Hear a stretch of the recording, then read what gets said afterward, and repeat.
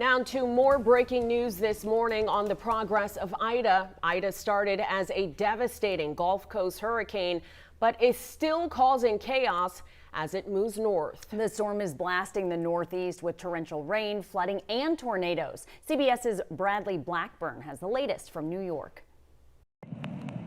Look at that tornado! Storm chasers captured these images of a twister touching down in New Jersey. Ida continues its relentless march north as tornado watches and flash flood warnings were issued across large parts of the Northeast Wednesday night. New Jersey Governor Phil Murphy declared a state of emergency. Here in New York City, the National Weather Service says it issued its first ever flash flood emergency for parts of the city.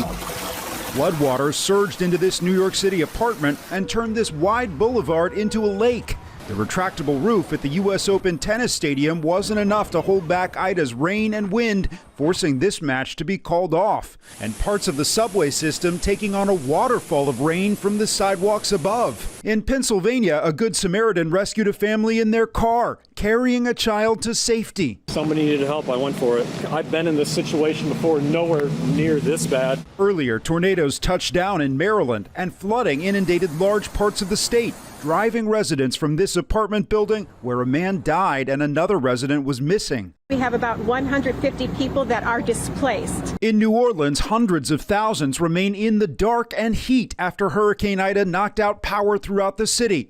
Around the state, residents lack running water and are lining up for essentials like gasoline. Everyone is being very neighborly and cordial, and we're just going to keep fighting through. Tomorrow, President Biden is set to visit Louisiana to survey the damage. Bradley Blackburn, CBS News, New York.